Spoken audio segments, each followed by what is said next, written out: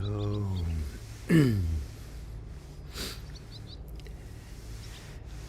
hello again from Spirit Rock Meditation Center, and this is the last morning I'll be here for this time, and it's been a wonderful time with my three teachers, Tueri Sala and Dara Williams and Kyra Jewel Lingo, and also with the retreatants here and all of Spirit Rock. It's a wonderful place to practice, as you see in these wonderful kind of rolling hills behind me.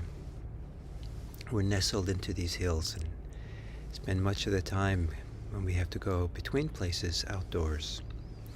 And as you can also see these days, if you've been following, the weather changes quite a bit, and that's part of the joy of being at Spirit Rock, being outdoors. And I've been here for many, many years. I guess I've been coming here for 35 years.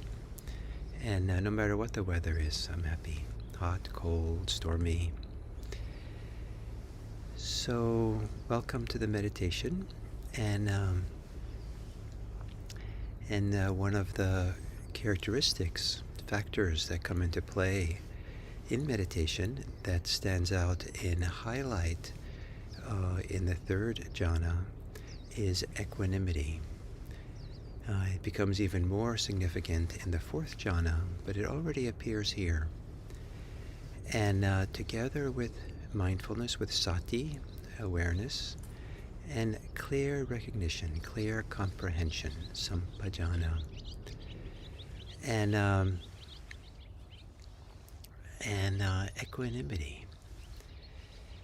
And one of the meanings of the word upekkha, equanimity, is to have a kind of an overview, a bird's eye view of our situation, how we are at the moment, the current experience, that puts it into a wider context, that allows us to hold it in a spacious way, hold it generously, hold it without getting caught in any reactivity.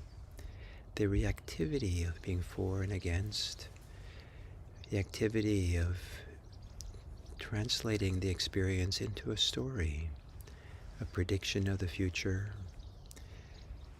without the reactivity that wants to assign meaning to the experience, or the orientation to measure the experience or relate the experience to ideas of me, myself, mine, this is who I am. Just this wide, spacious overview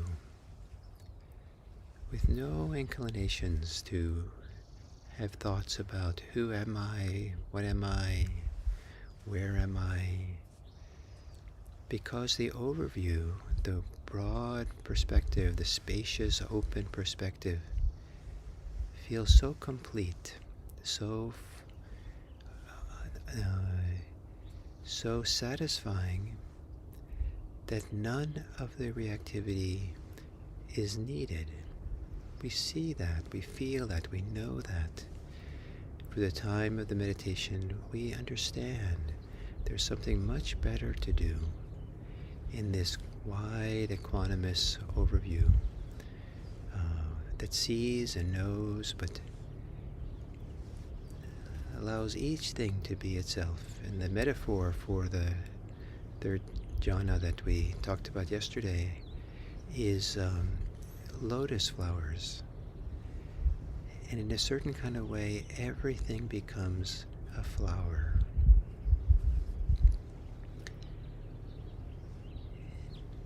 It's seen that way in this kind of equanimous, open, expansive view of the third jhana. So to assume a meditation posture,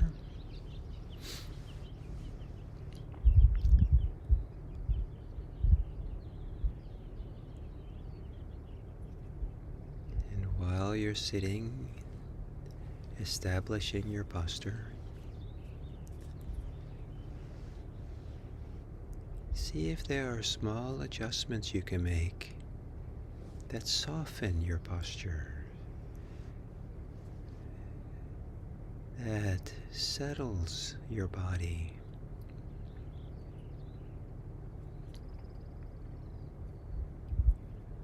And oddly enough, maybe, there's a way of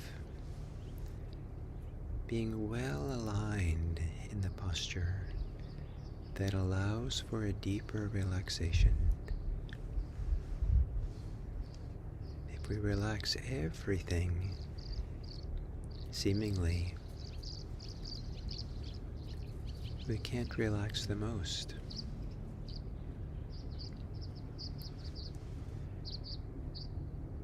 So,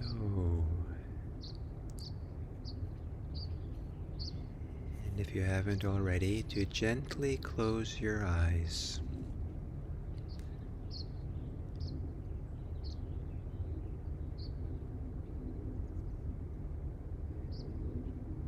And taking a few deeper, longer inhales and exhales to begin entering into the body, meditating.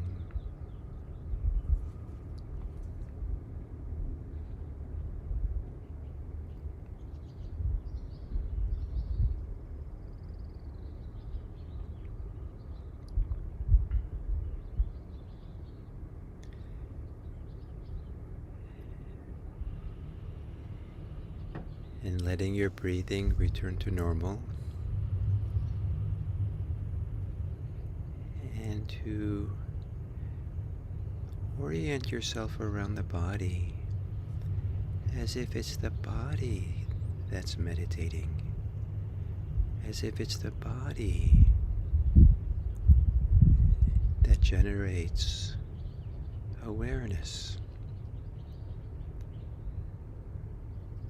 Maybe through the way the body can sense sensations, the broad field of sensing in the body.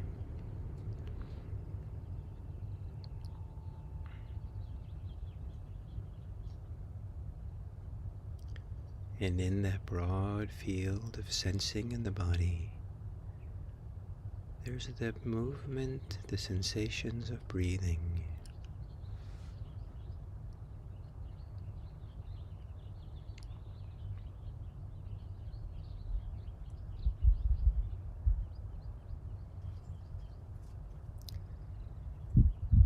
And perhaps with every exhale, let it be an opening,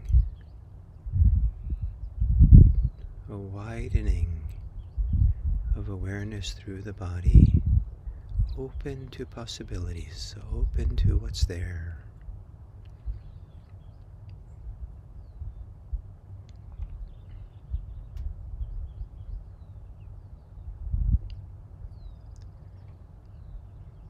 And with every inhale, also an opening, the awareness wide, broad, field of sensing, field of awareness. Open to possibilities, open to what's here.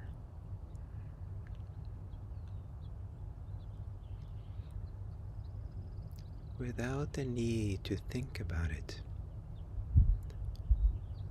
In fact, appreciating that by suspending thinking, discursive thinking, you become more open, more sensitive to the field of sensations.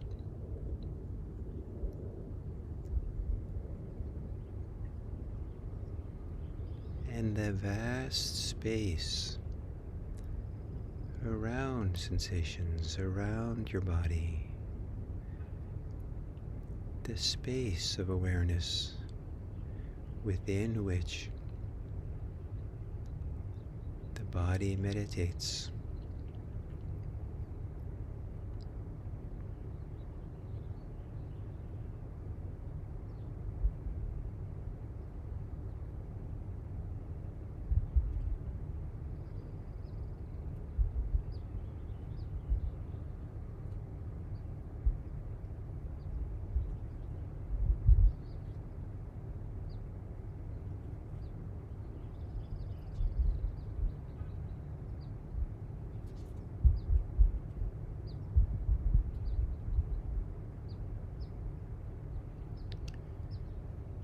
Letting go of thinking as you exhale, and letting go into the body, the field of awareness, open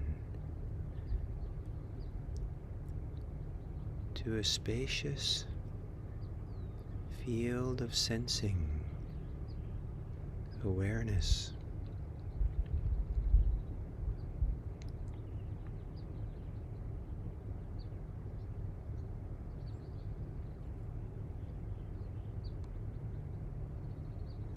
As you inhale, letting your thoughts float away. And again, open to the spacious awareness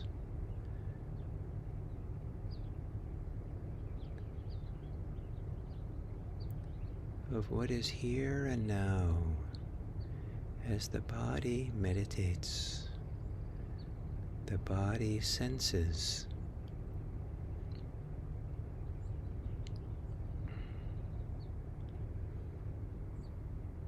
and the mind, the quiet mind, provides an openness to the vast space all around the sensations of the body meditating.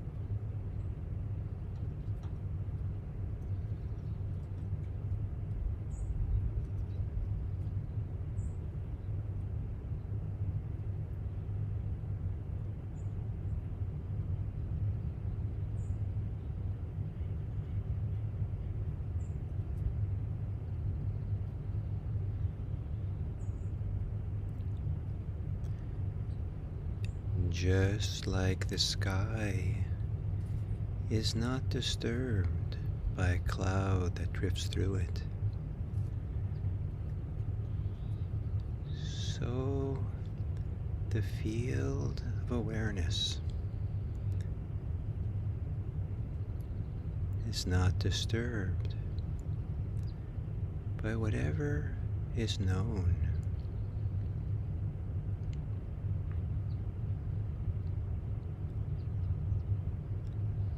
The field of spaciousness around all things does not react to anything. Everything is like a cloud drifting through, or like a flower, lotus flower, floating in the vast waters of the body's lake.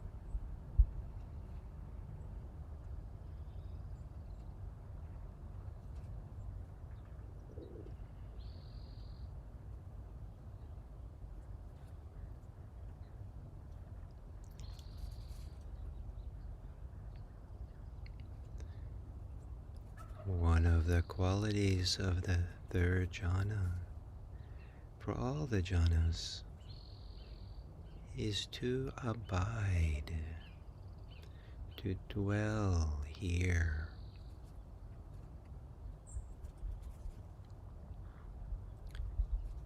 To rest in whatever goodness, whatever is good in this meditation.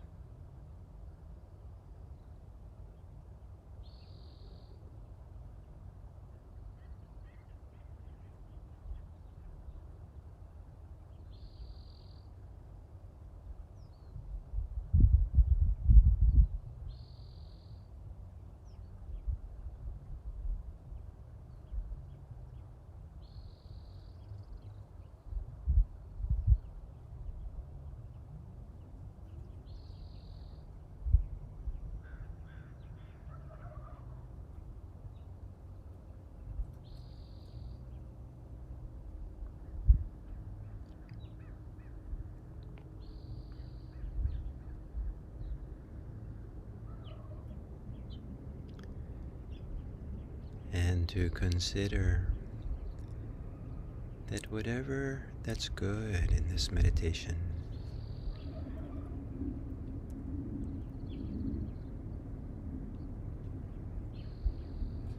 as you enter the world, making contact with things of the world, the people of the world, it makes a difference to contact them through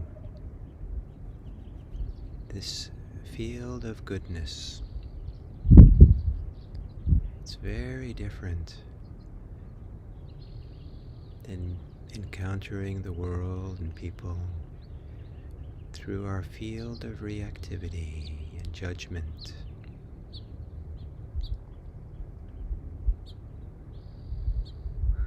May it be that all that is really good in you, the goodness, the calm, the peace, the love,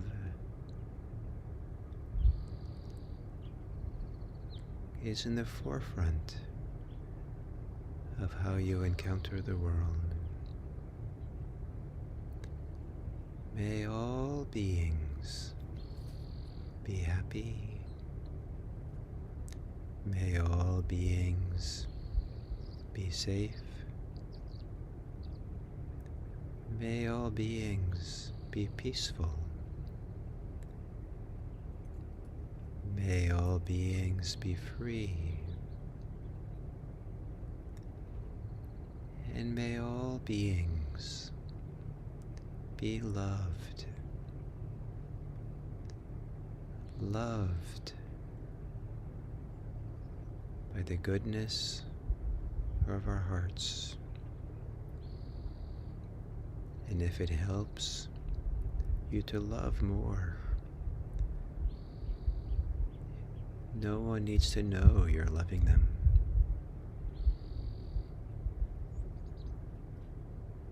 But you are, with your goodwill, your care, compassion. May all beings be loved. So thank you. And again, without the bell, end the sitting with this bow.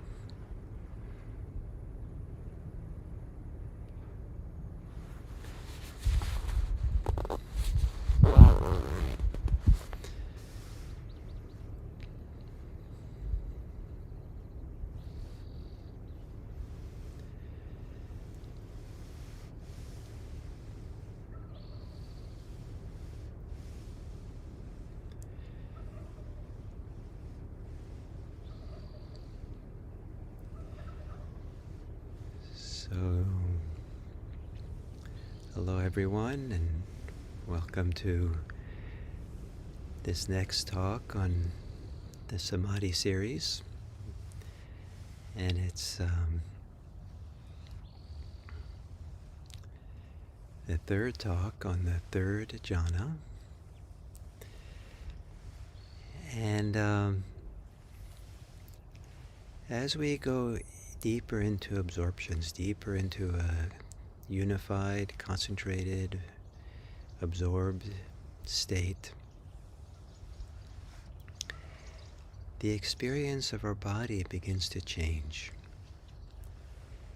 And one of the ways that I've come to understand this, at first, maybe through my own practice, I started to feel that these immersive states, I would leave my karmic body behind. And that one of the bodies we can experience is our karmic body. And that's the body that we feel and sense that is a product or a byproduct of our reactivity, the ways we've reacted to the world, the way that we have resisted, tightened, tensed by the world. And now you might want to blame the world for the ways in which you are tense or afraid or contracted. And that's okay. But still, it's something which the mind, the inner life, is doing, the contraction, the tension, the holding on, the resisting. And it's very deep, and it should have tremendous respect and care and carefulness around this karmic body we have, this body that's conditioned by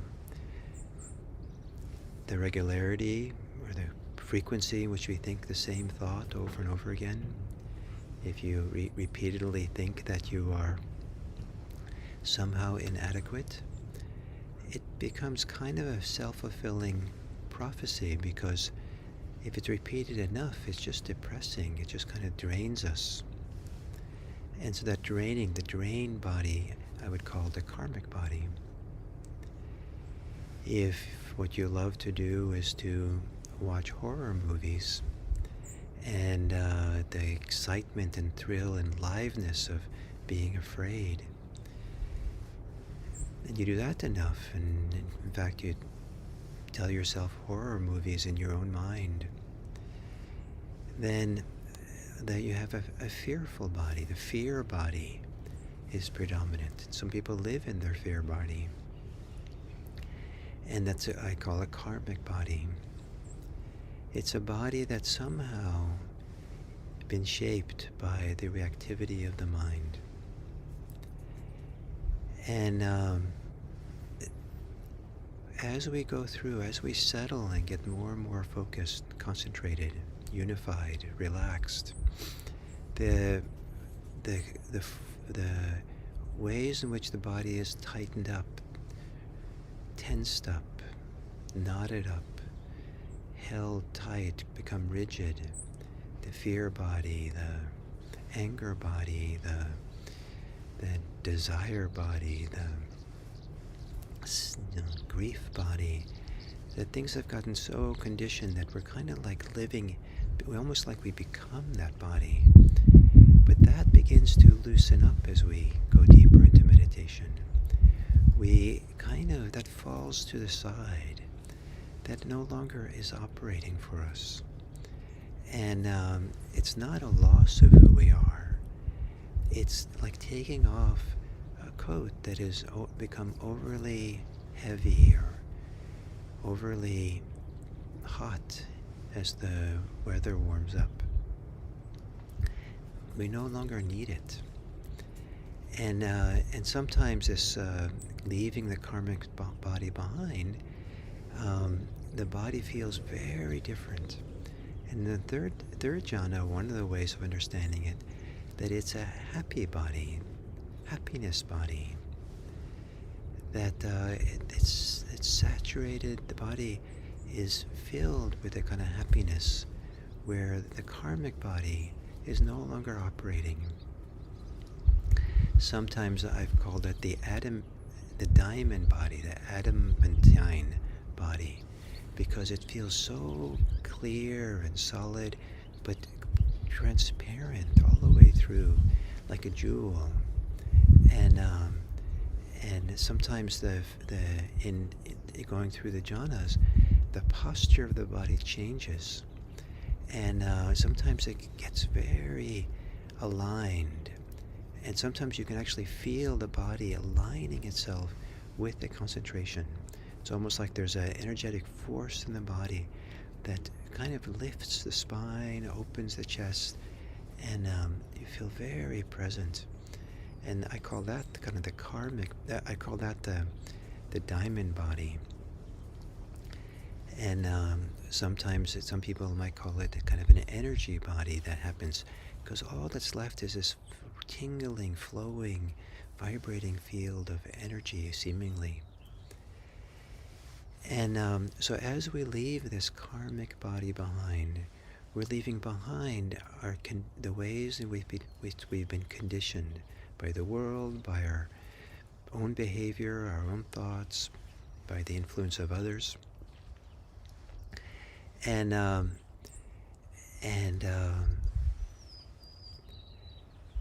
it can be very healing. It's one of the reasons why these jhanas are prescribed sometimes, because they have they're such deep medicine for the heart, the mind. It touches kind of the very deep subconscious places that are very hard to otherwise contact. And so the usual instructions or at least that I'm familiar with, or at least value a lot, if you're fortunate enough to begin to go through these jhanas, do it slowly. Don't be in a hurry to get somewhere, because the idea is to allow yourself to be reconditioned, to allow yourself to feel the goodness of it, the healing of it. Allow you to kind of get a very different message into your heart, into your body, than the message of danger, or the message of being left out, or the message of not good enough. It's all these messages that we live with that are not so healthy for us. And to be able to have this other way of receiving a different, healthy message is one of the values of these deep states.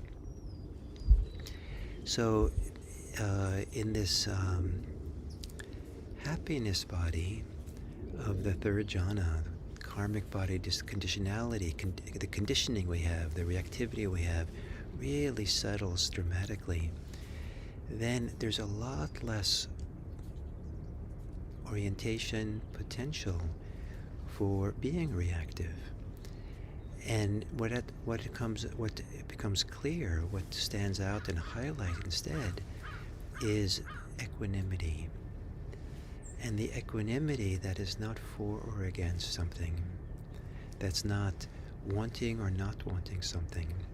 The equanimity just allows each thing that arises to be there, like the sky allows a cloud to be in the middle of the vast sky. Or like a vast sky allows a bird to fly through it. And the sky is not disturbed. It's not for or against the bird. It's just vast kind of space and non-reactivity, openness to whatever comes. The metaphor of Buddhism is often that of a path, Buddhist practice. And a path is a clearing in the forest that's open so we can walk through it. And so the path is, to a great degree, defined by the absence, the openness, the emptiness that's there, above maybe the physical trail that's there. But the path includes this open space. And a path in the woods, the open space, is not disturbed by you walking through it. So the mind, so awareness, so this happiness body allows everything just to be there in the quiet, equanimous mind. For me, very closely associated with this is the feeling of spaciousness, as if there's lots of space around each individual thing. For the Buddha, it seems to be, rather than space, it's kind of similar, but it's the vast space that's underwater in a lake. And there the space has a kind of viscosity. It has a certain kind of, little bit of weight, little bit of physicality to it, that you feel the contact of the water against the skin, and maybe the refreshing, comfortable temperature and stillness of the water. And so it's not just simply empty space, but in the third jhana, it kind of feels like it's, this wonderful, soothe kind of texture or viscosity or soft butter of spaciousness in which we are breathing or being. And so one of those characteristics of that spaciousness, this vast water, is a feeling of contentment, happiness, kind of a deep, but it's physical. The body just feels like it's maybe almost like the body is beginning to disappear, getting very soft or has no boundaries. But the body is kind of saturated or filled with feelings of pleasure. And some translators prefer to translate sukha in the third jhana not as happiness, but as pleasure, because it's so embodied. And for me at least, pleasure just doesn't seem to capture how good it is, how wonderful it is. So I prefer happiness, but for some people happiness is too complicated a state. And so maybe pleasures, or maybe contentment is the middle way for these words. Deep, deep contentment or satisfaction. So equanimity, not equanimity from understanding something, but an equanimity of being larger than everything. The awareness is large and spacious and open, that it has room for what's happening here and now, giving breathing room to all things. So you might today, as you go through your day, find times through the day to give breathing room, space to what's happening. And notice how it's a thinking mind, maybe, the reactive mind, that narrows the space of awareness, narrows makes it sometimes a claustrophobic mind. That's much more affected, troubled by what's happening. And maybe by giving breathing room and opening up, expanding outwards, you get some of the benefit, peacefulness or happiness, or at least equanimity of a spacious, open, wide awareness. May your day be one of equanimity. And we'll continue this series tomorrow. Tomorrow I'll be at IMC, and I think I'll miss a little bit being here on these rolling grasslands outside. And so thank you very much.